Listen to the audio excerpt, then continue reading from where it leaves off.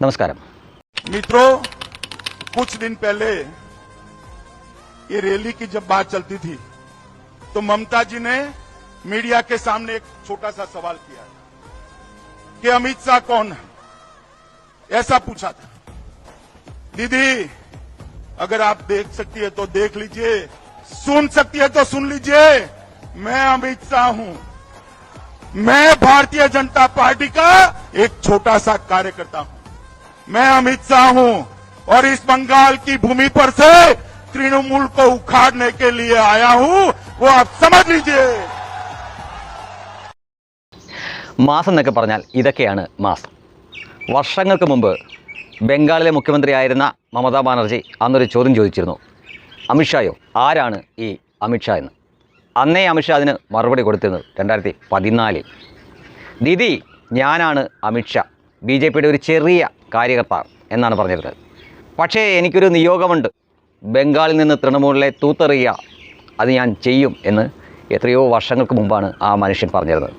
രാഷ്ട്രീയത്തിൽ, പ്രത്യേകിച്ചും തെരഞ്ഞെടുപ്പ് രാഷ്ട്രീയത്തിൽ അമിത്ഷായെപ്പോലെ ഇത്രയേറെ തന്ത്രശാലിയായിട്ടുള്ള മറ്റൊരു രാഷ്ട്രീയ നേതാവ് ഇന്ത്യയുടെ സമീപകാല ചരിത്രത്തിലൊന്നും ഉണ്ടായിട്ടില്ല എന്ന് വേണമെങ്കിൽ നമുക്ക് പറയാം.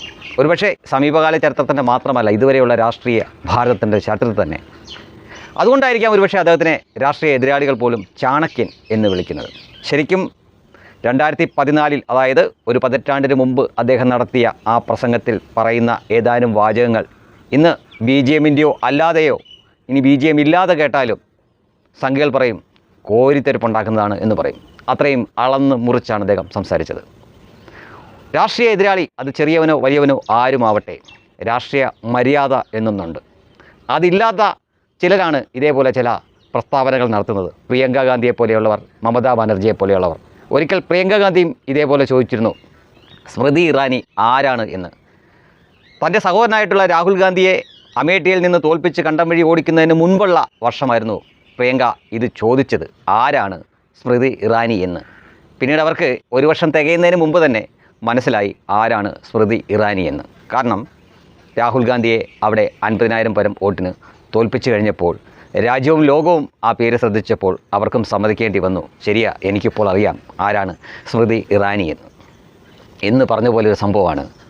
BJPയുടെ ദേശീയ പ്രസിഡൻ്റായിട്ട് നിൽക്കുന്ന ആ സമയത്ത് നിന്നിരുന്ന അമിത്ഷായെ നോക്കി ആരാണ് അമിത്ഷാ എന്ന് ചോദിക്കണമെങ്കിൽ എത്രമാത്രം രാഷ്ട്രീയ മര്യാദയില്ലായ്മയാണ് എന്ന് ആലോചിച്ച് നോക്കുക. ധാർഷ്ട്യവും ഏകാധിപത്യ സ്വഭാവമൊക്കെ ഉള്ളവരാണ് ഇത്തരം വാചക കസർത്തുകൾ നടത്തുന്നത്. അന്നേ അതിന് അമിത്ഷാ മറുപടി കൊടുത്തിരുന്നു, ദീദി, ഞാനാണ് അമിത്ഷാ, BJPയുടെ ഒരു ചെറിയ കാര്യകർത്താവാണെന്ന്.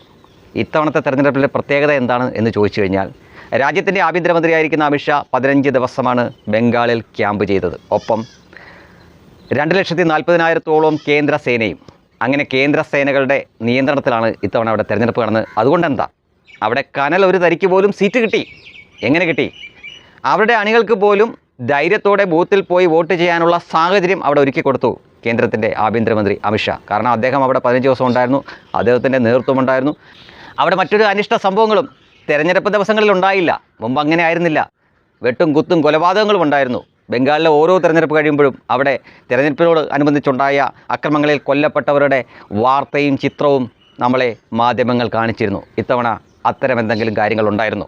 തെരഞ്ഞെടുപ്പിന് മുന്നോടിയായിട്ട് ഏതാനും ദിവസങ്ങൾക്ക് മുമ്പായിട്ട് BJPയുടെ ഒരു സ്ഥാനാർത്ഥിയെ തൃണമൂലുകാർ ഓടിച്ചിട്ട് ഉപദ്രവിക്കുന്ന ചില ദൃശ്യങ്ങളും വാർത്തകളും മനോരമ പോലെയുള്ള മാപ്രകൾ ഒരു സന്തോഷ സൂചകമായ രീതിയിൽ അല്ലെങ്കിൽ ആഹ്ലാദത്തോടു കൂടി കൊടുക്കുന്ന വൃത്തികെട്ട ഒരു കാഴ്ച നമ്മൾ കണ്ടു എന്നല്ലാതെ അവിടെ തെരഞ്ഞെടുപ്പ് ദിവസം പല ദിവസങ്ങളിലായിട്ടാണ് അവിടെ തെരഞ്ഞെടുപ്പ് നടന്നത്.